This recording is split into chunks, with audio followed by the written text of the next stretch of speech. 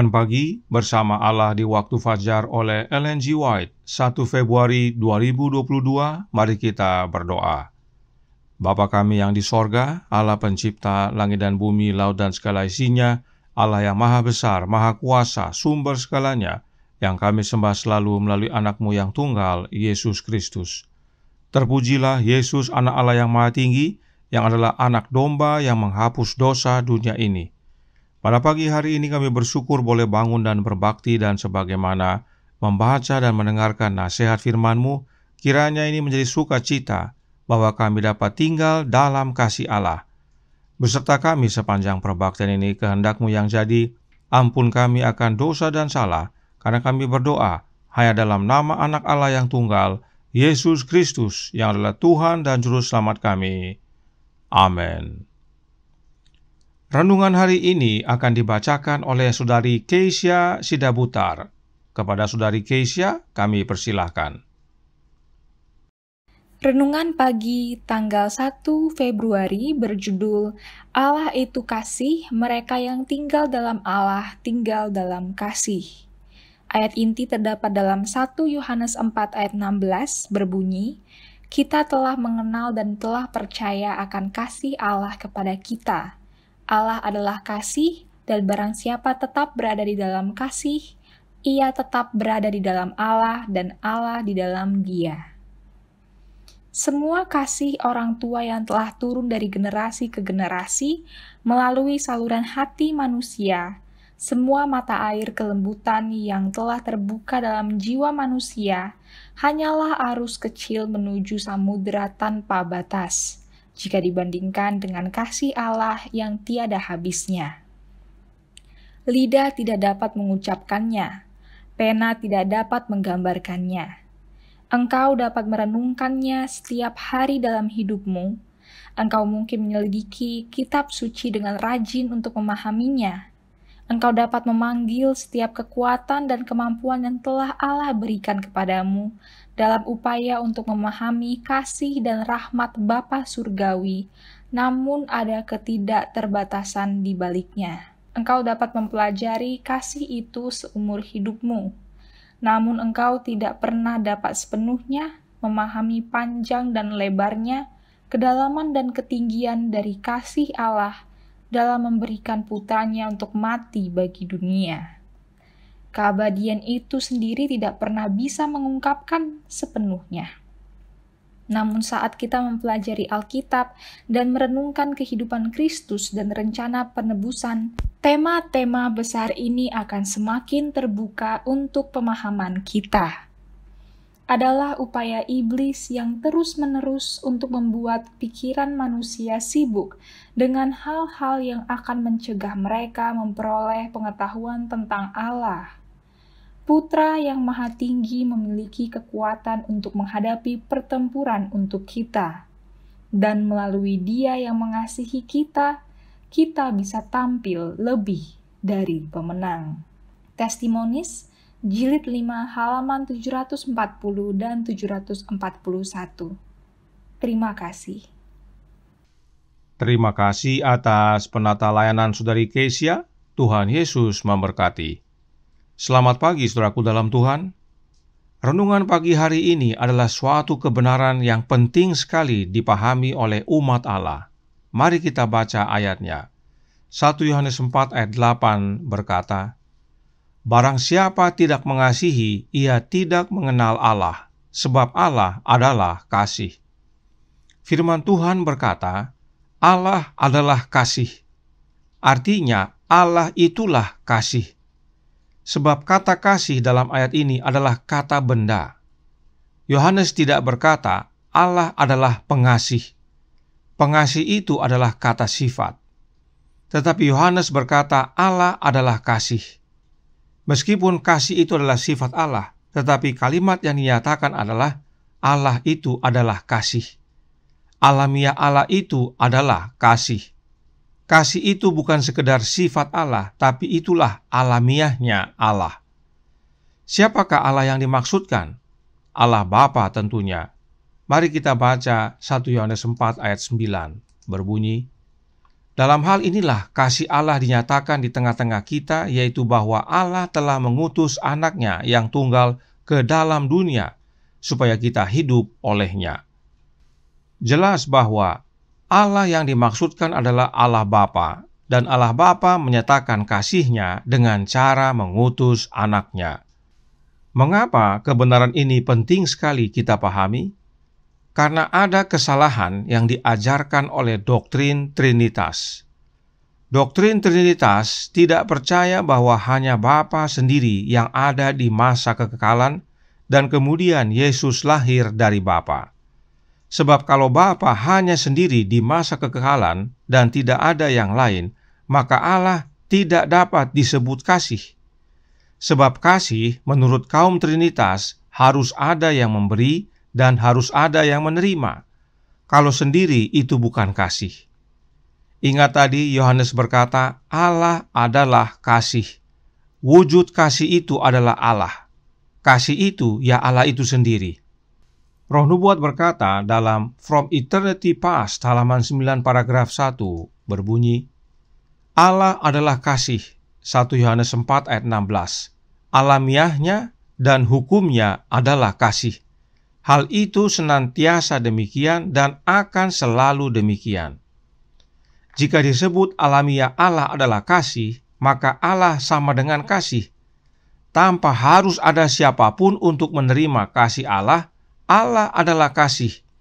Demikianlah senantiasa dan akan selalu demikian. Sama seperti ular derik atau dalam bahasa Inggris disebut rattlesnake.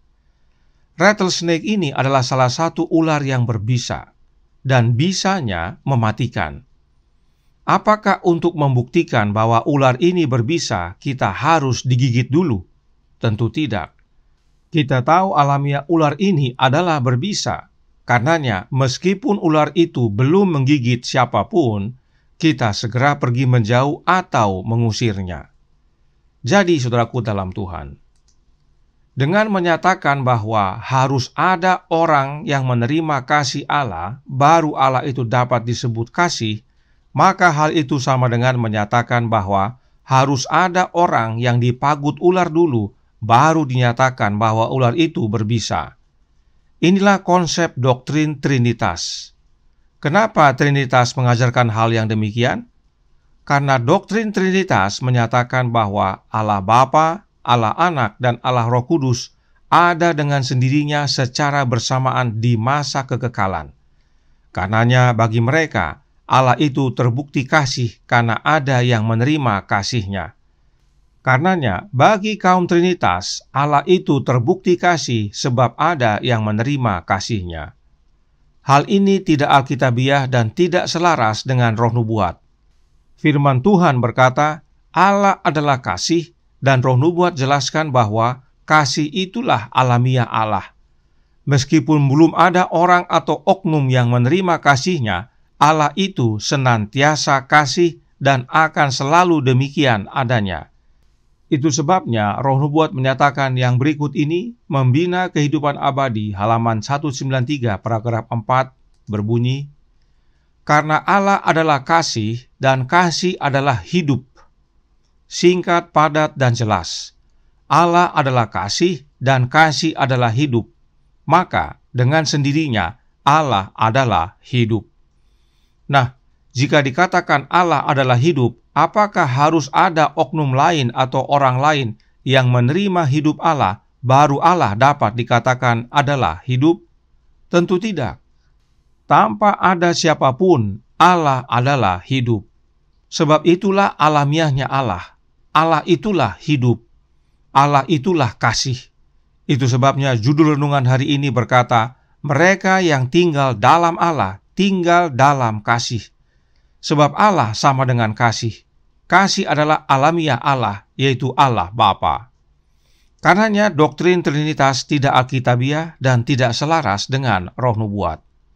Inilah pentingnya mengapa kita pahami dengan benar kebenaran ini, agar kita jangan terjerumus kepada ajaran yang salah. Lalu, bagaimana Allah dapat menyatakan kasih-Nya kepada kita?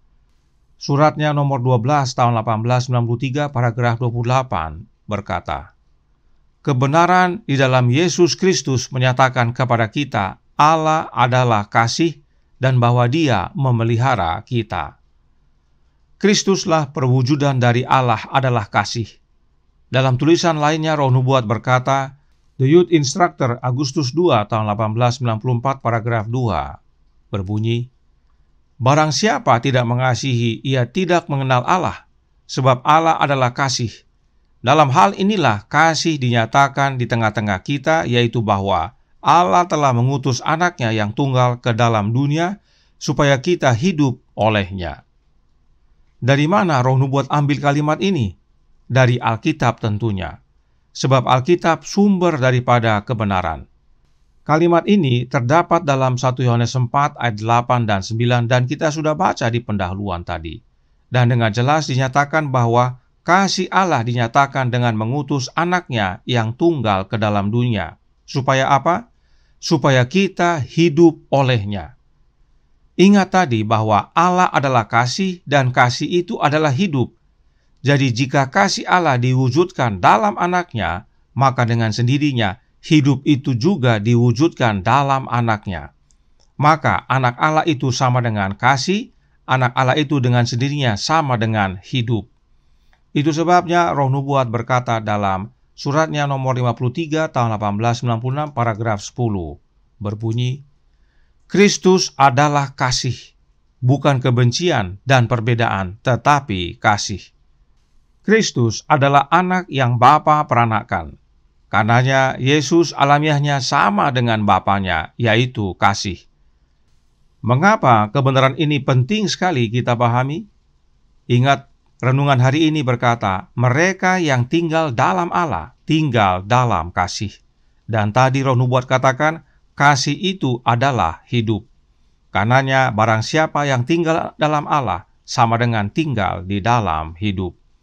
Bagaimana caranya untuk tinggal dalam Allah dan tinggal dalam kasih-Nya yang adalah hidup? Ya, benar sekali.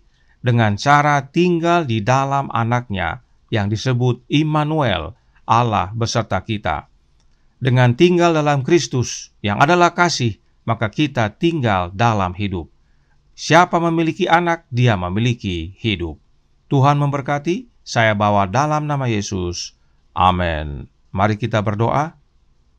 Bapa kami yang di sorga, Allah pencipta langit dan bumi, laut dan segala isinya, Allah yang maha besar, maha kuasa, sumber segalanya, yang kami sembah selalu melalui anak-Mu yang tunggal, Yesus Kristus.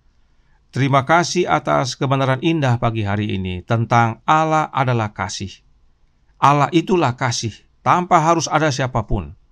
Dan Allah wujudkan kasih-Nya di dalam anaknya, dan mengaruniakan anaknya bagi kami. Karenanya untuk kami tinggal dalam Allah, tinggal dalam kasih-Nya, kami tinggal dalam Kristus, sebab Kristus adalah kasih, dan kasih itu adalah hidup.